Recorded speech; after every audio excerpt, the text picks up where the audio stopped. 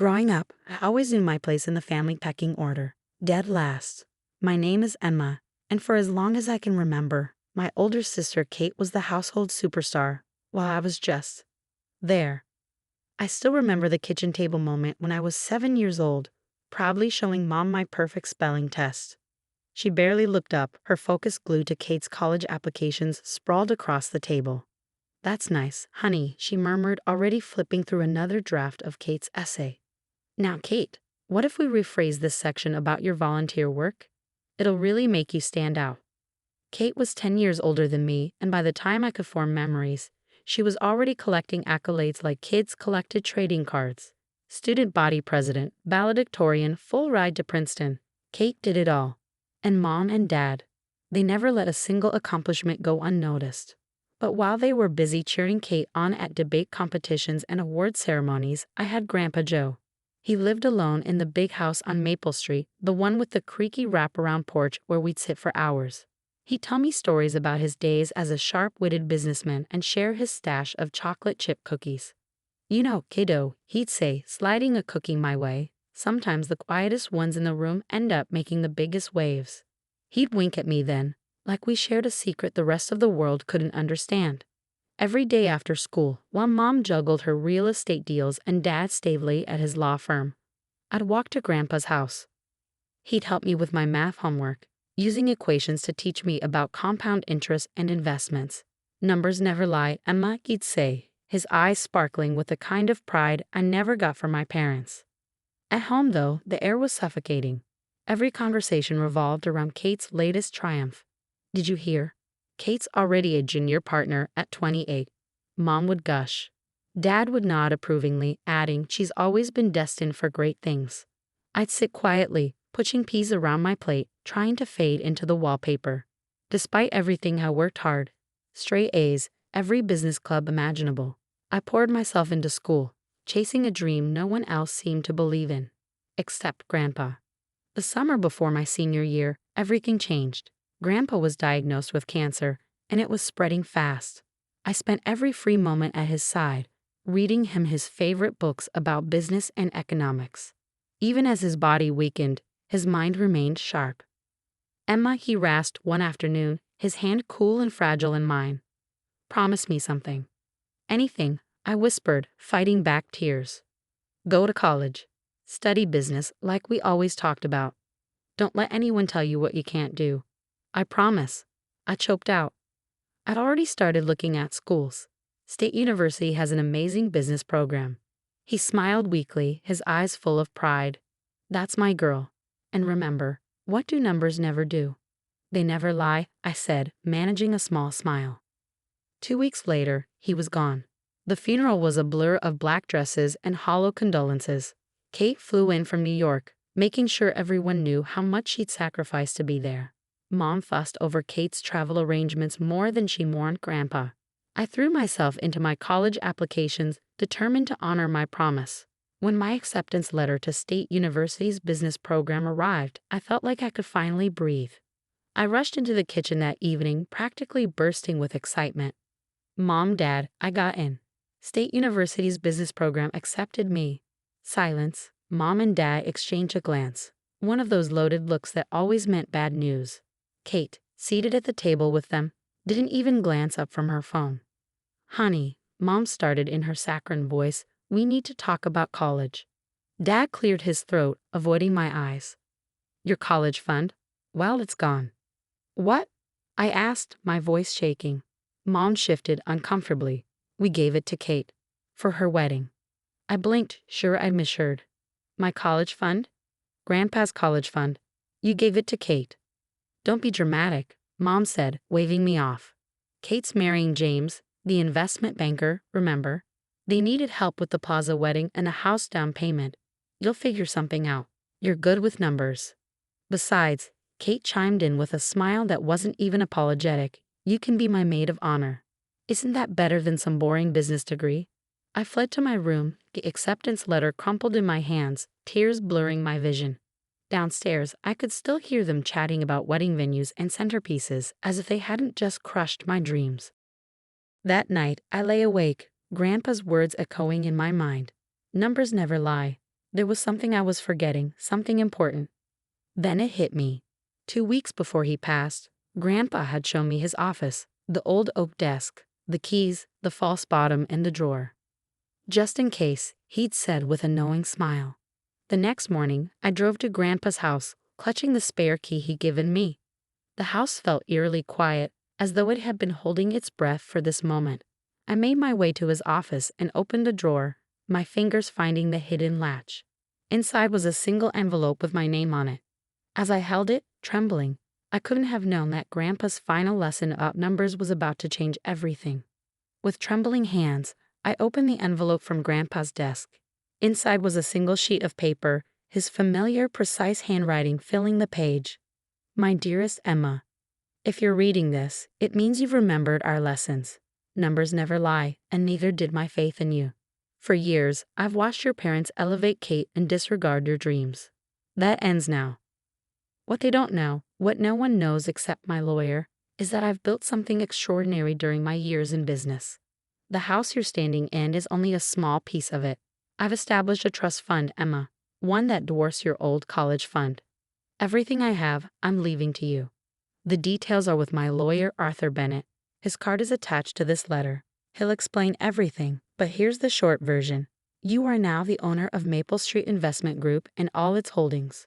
Your parents will receive the standard inheritance as expected, a modest portion of my liquid assets. They will never know about the company or its portfolio unless you choose to tell them. I've ensured that. Use it wisely. Get your degree. Build the future you deserve. And remember, numbers never lie. All my love, Grandpa Joe. P.S. The combination to my wall safe is your birthday. Inside, you'll find something else I left for you. I read the letter 3 times, my hands trembling more with each pass. Could this be real? Then I heard Grandpa's voice in my head. Numbers never lie. Behind Grandpa's favorite painting of the New York Stock Exchange, I found the safe. The lock clicked open, and inside was another envelope stuffed with documents, deeds, bank statements, company ledgers. Maple Street Investment Group wasn't just some small business. It was a multi-million-dollar corporation with properties and investments spanning 3 states. And according to these papers, I owned all of it. The next morning, I called Arthur Bennett's office. His secretary put me through immediately when I mentioned my name. "Ah, Miss Emma," he greeted me warmly. "I've been expecting you. Your grandfather spoke highly of you. Can we meet this afternoon?" Hours later, sitting in Mr. Bennett's office, the reality of it all sank in. The trust fund, including all investments, is worth approximately $47 million, he explained. Your grandfather structured everything to ensure your complete control. The will your parents saw is only partial. The rest was transferred to you directly before his passing. Walking out of the office, I felt a strength I'd never known. My phone buzzed. A text from Mom. "Don't forget, Kate's wedding planning dinner tonight. We need to finalize your maid of honor duties." I smiled. Tonight, we have much to discuss. That evening, I arrived at the dining room to find my family deep in conversation about floral arrangements. Finally, Mom said without looking up, "We've been waiting. Kate needs to decide on bridesmaid dresses." "Actually," I said, setting my bag down, "I have something more important to discuss." Dad sighed, already defensive. "Emma, we've been over this. The money went to Kate's wedding. It's what's best for the family." "Best for the family?" I repeated, pulling out the trust documents and my state university acceptance letter. Like stealing my future was best for the family. Dad's expression darkened. "What's this about?" I spread the documents across the table. Maple Street Investment Group. Grandpa's company. It's worth millions. He left it to me. Mom's face turned ghostly pale. Kate dropped her pen. Even James looked unsettled. "This can't be right," Dad stammered, flipping through the papers. "Oh, it's right," I said. "Grandpa taught me well. And now I'm going to college on my terms. The days of being your afterthought are over." Kate tried for her usual charm. "Emma, you'll still help with the wedding, right? I mean, we're family." I laughed. "Family? You mean the family that stole my college fund? Find someone else to finance your dream wedding. Maybe James can manage with his investment banker salary." Dad stood, his voice stern. "Now, Emma, don't do anything rash." I cut him off. "Rash? Like giving away my future to pay for Kate's second house? Don't worry, I won't make your mistakes. I'll build something real, something Grandpa would be proud of. I gathered the papers and turned to leave. Oh, and Kate, you might want to downsize your wedding plans. Something tells me your budget just took a hit. Their protest echoed as I walked out, but I didn't look back. Standing later on the porch of my new home, Grandpa's home, I felt his presence, his lessons guiding me. I pulled out my acceptance letter and smiled. Numbers never lie, I whispered. And for the first time, I was the one holding the pen to write my story. The next few weeks were a whirlwind of change. I moved into Grandpa's house, spending evenings in his, now my office, poring over years of business records and investment portfolios. It was overwhelming at first, but Mr. Bennett guided me through every step. Your grandfather often spoke of your potential, he said during one meeting. He was confident you'd excel at this. His faith in me felt like a lifeline. Meanwhile, my family's reaction unfolded exactly as I'd expected. The texts and calls came in waves, each one more desperate than the last. Emma, sweetie, let's talk about this rationally. Mom. Princess, we can work something out. Dad. You're being ridiculous. This is my wedding we're talking about. Kate. I ignored them all. Instead, I focused on preparing for college and acclimating to my new role. Grandpa had left a strong management team in place at Maple Street Investment Group, ensuring I could oversee operations while pursuing my education. But it didn't take long for the situation to escalate. One morning, I walked into the kitchen to find Mom sitting at the table, clutching a coffee mug like it was her last grip on sanity. We need to talk, she said, her voice trembling. About your father. I poured myself a coffee and leaned against the counter, keeping my distance. How did you get in? She glanced down, sheepish. I still had your grandfather's spare key. I raised an eyebrow but said nothing. Emma, please. She took a deep breath, her tone shifting to one of carefully crafted concern. Your father, he's not well. The stress of all this, the shock, it's affecting his health, his blood pressure. I cut her off, my voice sharp. You're really going to play the guilt card? After everything you've done? Her composure cracked. We did what we thought was best. She snapped, standing abruptly. Kate's wedding, her house. These are important family milestones.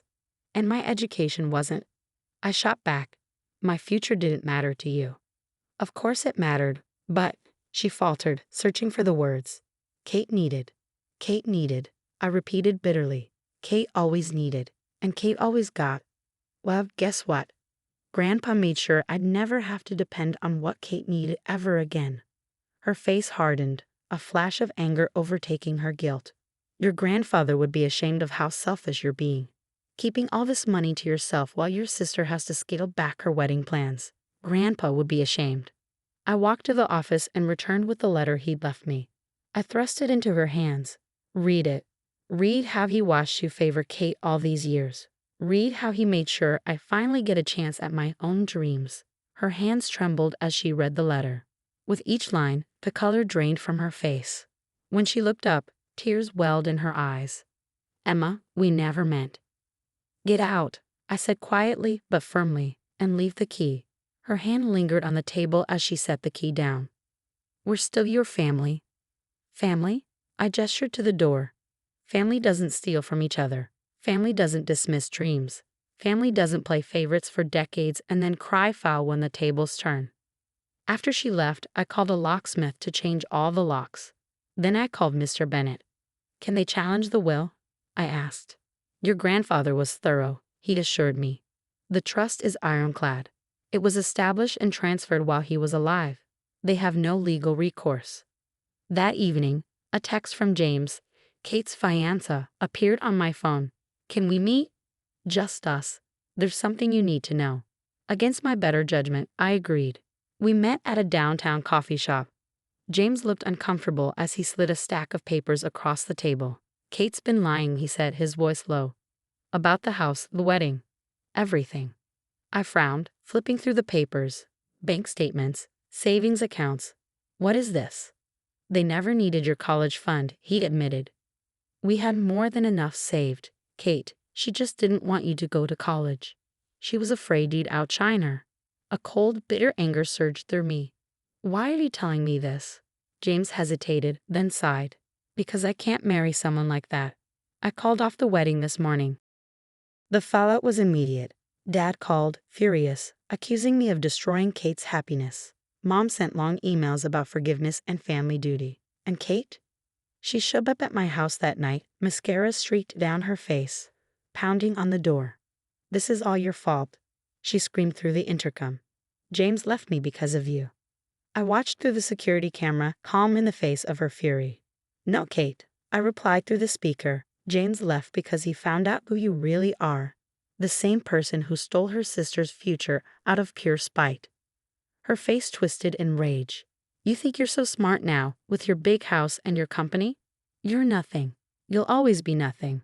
Just the little sister who needed Grandpa to buy her success." I let her rant, her voice echoing in the night. When she finally ran out of steam, I pressed the intercom button again, my voice steady. "The difference between us, Kate, you peaked in high school. But me, I'm just getting started." The camera captured her expression, shock, followed by bitter realization. For the first time, Kate understood that she wasn't the star of this story anymore. As she drove away, Grandpa's words echoed in my mind. Numbers never lie. And now, for the first time, the numbers were finally on my side. The weeks after Kate's meltdown marked a turning point. State University's fall semester was starting, and I threw myself into preparing for classes. My home office, newly equipped thanks to Mr. Bennett's help, became my command center for running Maple Street Investment Group remotely. But my family wasn't ready to let go. Miss Emma Maria, my secretary, called one morning. Her voice carried a hint of apprehension. "Your father's here at the company office. He's demanding to speak with you about some investment opportunities." I set aside the quarterly reports I'd been reviewing. "What kind of opportunities?" "Something about property developments and family business ventures." He's very insistent. Of course he was. Dad wasn't here out of concern. He was a lawyer. He knew exactly how much Maple Street was worth. "Tell him I'm in meetings all day," I replied coolly. "And Maria? Let security know he's not authorized to access any company information." Dad didn't give up easily. He began sending me elaborate business proposals, overly ambitious development projects wrapped in flowery language about restoring family unity through shared ventures. Then came the email from Kate. "Dear Emma, I know we've had our differences, but I've been doing some thinking. I've enrolled in business school. I want to understand what Grandpa taught you, to learn about the company. Maybe we could work together. I could start at entry level, learn the ropes. I know I messed up with the college fund thing. I was jealous and insecure, but we're sisters. Doesn't that count for something? Love, Kate." I stared at the email, her words stirring a mix of skepticism and painful memories. I thought of the years of favoritism, the betrayals. Then I remembered a conversation with Grandpa shortly before he died. The hardest part of business, he'd said, isn't making money. It's knowing who to trust with it. I wrote back a single sentence. "Send me your business school acceptance letter." 3 days later, Mr. Bennett called me, sounding troubled. "Your sister just tried to schedule a meeting with me," he said. "She wanted to discuss restructuring the company leadership. Claimed you'd agreed to make her co-CEO. A cold anger settled in my chest. There was no acceptance letter, no sincere effort to learn. This was just another play for control. I called an emergency board meeting that afternoon. As the majority shareholder, I had the authority to implement changes. Effective immediately, I announced no immediate family members may be hired without unanimous board approval and verified qualifications. The policy passed without hesitation. That evening, my phone buzzed with a series of increasingly volatile texts from Kate. "How dare you block me from my family's company? You're nothing but a spoiled brat who got lucky. Mom and Dad are heartbroken. Is that what you wanted?" I was debating whether to respond when my home security system alerted me to movement on the porch. The camera showed Mom, Dad, and Kate standing there, their expressions a mix of determination and frustration. "Emma, open up," Dad called out. "We need to talk about the company." I pressed the intercom button, my voice steady. "There's nothing to talk about. The company isn't family property, it's a professional business." "We're your family," Mom cried. "You owe us." "I owe you nothing," I interrupted. Kate tried to lie her way into a role she isn't qualified for. "Dad wants to use the company to fund his pet projects, and you're enabling all of it." "You ungrateful little," Kate started, but Dad placed a hand on her arm. Princess, he said, switching to his lawyerly tone. Let's be reasonable. We could all benefit from working together. Your sister has valuable experience. In what? I cut him off. In taking what doesn't belong to her? In manipulating people to get her way? No thanks. This isn't over, Kate spat as they finally turned to leave. You can't hide behind Grandpa's money forever. I watched them drive away, then called Mr. Bennet. I need to know if there's any other way they could interfere with the company, I said. I'm already on it, he assured me. Our legal team is drafting a comprehensive protection plan. But Emma, there's something else you should know. What is it? Your grandfather left one more provision in the trust. It won't activate until your next birthday. I froze. What kind of provision? I'm not at liberty to say just yet, he replied, his tone measured. But I can tell you this, it's something significant. And just like that, I realized this battle wasn't over. The family drama had only just begun. My 25th birthday dawned on a crisp autumn morning, the kind of day Grandpa would have loved. But I couldn't enjoy it, not with Mr. Bennet's promised call looming over me. Grandpa's final surprise had been a cryptic weight on my shoulders for months. When the call came, his words stopped me cold. Emma, your grandfather left a video for you. He was very clear. It wasn't to be shown until this exact day. An hour later, I sat in Mr. Bennet's office, the air thick with anticipation. When Grandpa's face flickered onto the screen, my chest tightened. He looked frail, older than I'd ever seen him, but his eyes still held that mischievous twinkle. The one that always said he was 5 steps ahead of everyone else. Happy birthday, kiddo, he began, his voice raspier but warm. If you're watching this, you've learned about the company and the trust. You've taken on responsibilities I knew you could handle. But there's one more lesson we need to cover, about numbers. He held up a thick folder. Your parents think they know everything about their inheritance.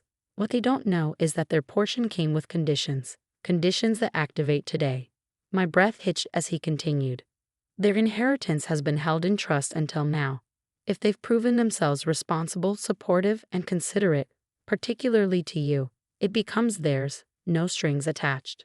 But if they show themselves to be selfish, manipulative, or unworthy, his smile faded, replaced by a look of quiet resignation. Well, numbers never lie. The video paused. Mr. Bennet leaned forward. Emma, based on the documented events over the past months, the theft of your college fund, attempts to interfere with the company, harassment, they violated every condition your grandfather set. I blinked, struggling to process. What does that mean? It means their inheritance reverts to you. Effective immediately, you have complete control over all their assets, properties, investments, everything that was tied to their portion of the trust. Everything? I whispered. Mr. Bennet nodded. Your grandfather was meticulous. He anticipated every possible scenario. Their actions left no room for debate. The weight of his words sank in, and just as it did, my phone buzzed. A text from Mom lit up the screen. Happy birthday, sweetie. We're having a family dinner tonight to celebrate. Time to put all this unpleasantness behind us. I looked up at Mr. Bennet, incredulous. They don't know yet, do they? No, he said. But they'll be receiving official notification this afternoon. The drive home was surreal. Memories of their dismissals, the favoritism, the betrayals played in my mind. And now, the tables had turned. I controlled everything. The text started within hours. Mom, this must be a mistake. Call us immediately. Dad. Princess, we need to discuss this rationally. Kate. You can't do this to us. That money was supposed to be ours. I ignored them all, instead poring over Grandpa's meticulous notes in his old office. Page after page laid out every condition, every safeguard. It was all there, every way they might try to manipulate or control me, accounted for with his signature precision. Then the doorbell rang.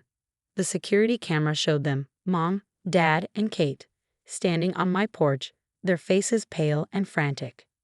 Emma, please, Mom cried, tears streaming down her face. We'll lose everything.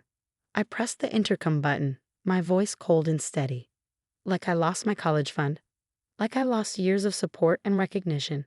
Like I lost a normal family relationship because of your choices. We can fix this, Dad said, his voice slipping into his practiced lawyerly tone. We'll make it right. It's too late, I replied. Grandpa knew exactly who you were. He gave you every chance to prove him wrong, and you failed. Numbers never lie, remember. Kate shoved forward, her face twisted with rage. You spoiled, entitled brat. You think you can just take everything from us? I let out a bitter laugh. No, Kate. You did this to yourselves. Every lie, every manipulation, every time you treated me like I was nothing, it's all documented. Grandpa just made sure there were consequences. Their desperation was written all over their faces as the truth sank in. Years of scheming and favoritism had led them to this moment. You have 30 days to vacate the house, I said, my tone final. Mr. Bennett's office will handle the details.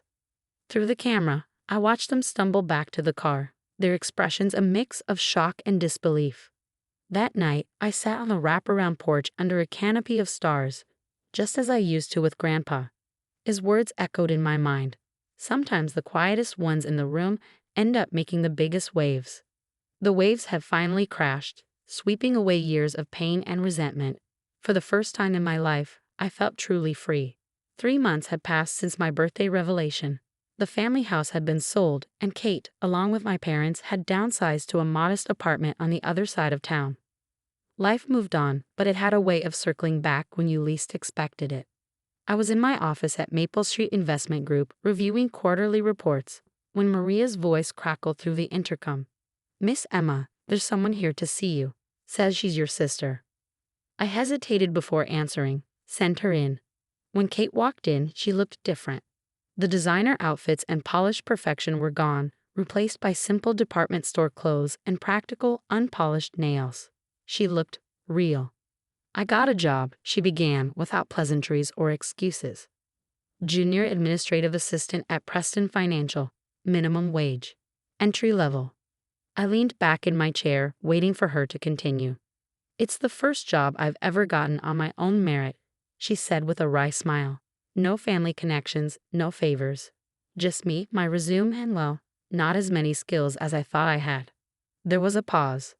Why are you telling me this? I asked. She exhaled, pulling a worn envelope from her bag. Because you were right. About everything. About me peaking in high school. About me never earning anything for myself. I found my old diaries while we were moving. Her voice faltered. Pages and pages of me plotting how to keep you down. How to make sure you never overshadowed me. God, I was awful. I studied her face, searching for any sign of manipulation. But there was only raw honesty. Mom and Dad enabled it, she went on, her voice trembling. But I was the one who suggested taking your college fund. I was the one who always made sure they focused on my achievements instead of yours. I was so afraid of you outshining me that I became this person I don't even recognize anymore. Tears streamed down her cheeks, but she didn't bother wiping them away. I'm not here to ask for money or a job or even forgiveness, she said, her voice steady despite the tears. I just needed to tell you that you won, not just the money or the company, but everything. You became someone while I was busy trying to stop you from becoming anyone at all. She turned to leave, but I stopped her. Kate? She paused, glancing back over her shoulder. Grandpa used to say something about waves and quiet people, I said. But he also said something else, about second chances being earned, not given. She nodded slowly, understanding what I meant. I guess I should start with earning my own way then. That's probably a good place to start, I agreed. But Kate, when you've really done the work, when you've earned it, maybe we can talk about what comes next. She managed a faint smile before walking out. After she left, I leaned back in Grandpa's old chair, the weight of the moment settling over me. My phone buzzed, and I glanced down to see a text from Mom. Your father and I are selling our remaining assets to pay for night school. He's learning bookkeeping, and I'm studying to be a teacher's assistant. We should have supported your education when we had the chance. We're sorry, not for losing the money, but for losing you. I set the phone down, letting their words sink in. Grandpa had always said numbers never lied, but sometimes they revealed truths that people couldn't see until it was too late. That evening, as the sun dipped below the horizon, I walked through Grandpa's house, my house now. Memories of afternoons here with him filled my mind. On my desk, the latest quarterly report showed Maple Street Investment Group thriving under my leadership. I picked up my phone and typed out a reply. Asterisk, dear Mom and Dad. I hear Preston Financial has some good entry-level positions open. No guarantees, but if you're serious about earning your way back, maybe that's a place to start. Numbers never lie, but they can also show us the way forward. Emma asterisk.